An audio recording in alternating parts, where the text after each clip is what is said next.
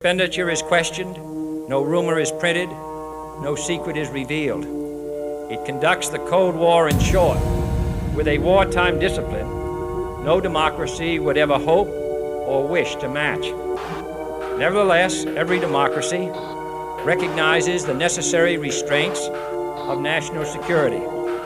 And the question remains whether those restraints need to be more strictly observed if we are to oppose this kind of attack as well as outright invasion. For the facts of the matter are that this nation's foes have openly boasted of acquiring through our newspapers information they would otherwise hire agents to acquire through theft, bribery, or espionage. The details of this nation's covert preparations to counter the enemy's covert operations have been available to every newspaper reader, friend and foe alike, that the size, the strength, the location, and the nature of our forces and weapons, and our plans and strategy for their use, have all been pinpointed in the press and other news media to a degree sufficient to satisfy any foreign power, and that in at least one case, the publication of details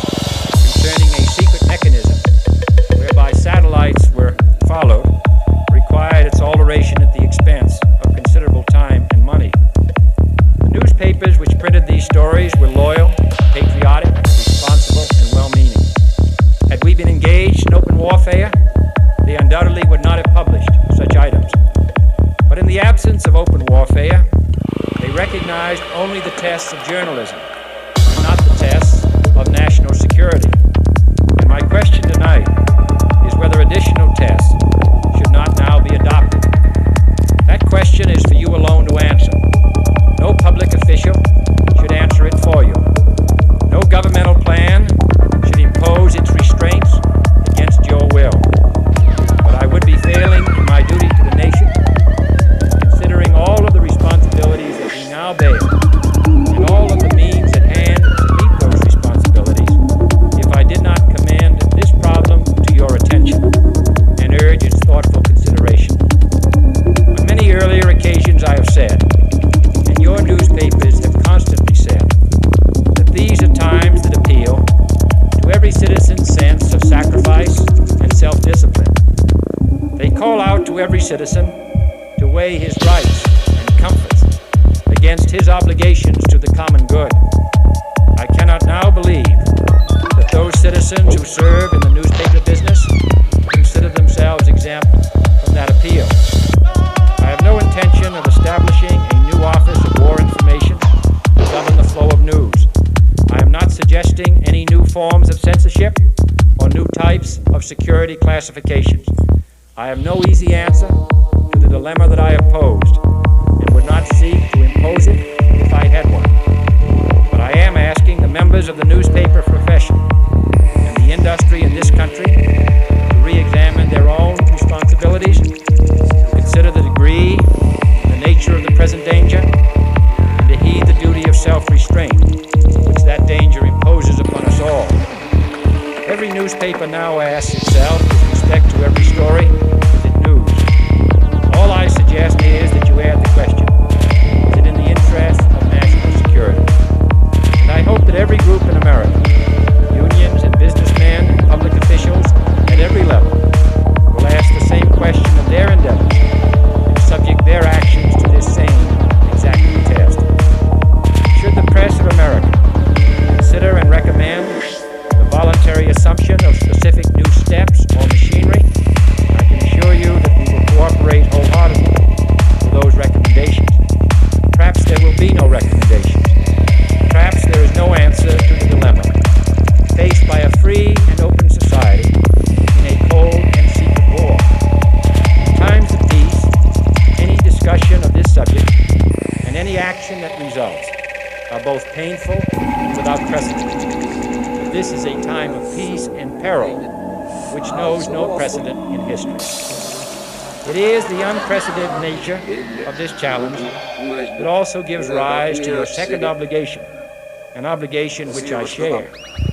And that is our obligation to inform and alert the American people, to make certain that they possess all the facts that they need understand them as well, the perils, the prospects, the purposes of our program, and the choices that we face.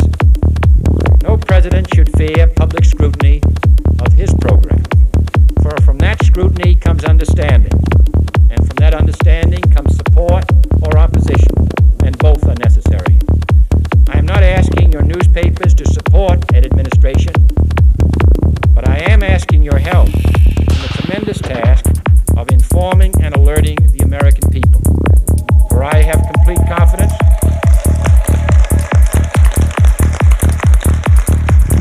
in the response and dedication of our citizens whenever they are fully informed. I not only could not stifle controversy among your readers, I welcome it. This administration intends to be candid about its errors. For as a wise man once said, an error doesn't become a mistake until you refuse to correct it. We intend to accept full responsibility for our errors, and we expect you to point them out when we miss them. Without debate, without criticism, no administration and no country can succeed, and no republic can survive. That is why the Athenian lawmaker Solon decreed it a crime for any citizen to shrink from controversy.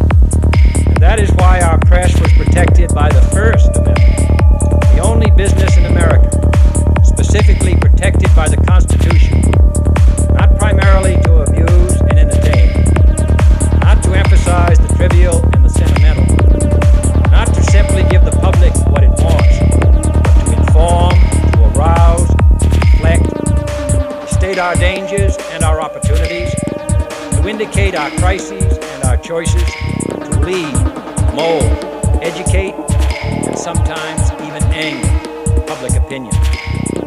This means greater coverage and analysis of international news, for it is no longer far away and foreign, but close at hand and local. It means greater attention to improved understanding of the news, as well as improved transmission. It means, finally, that government at all levels must meet its obligation to provide you with the fullest possible information outside the narrowest limits of national security, and we intend to do it.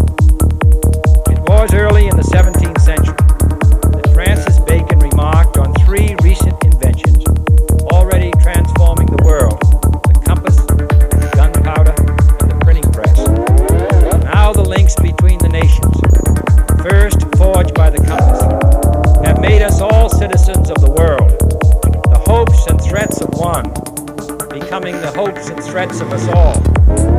That one world's effort to live together, the evolution of gunpowder to its ultimate limit, has warned mankind of the terrible consequences of failure.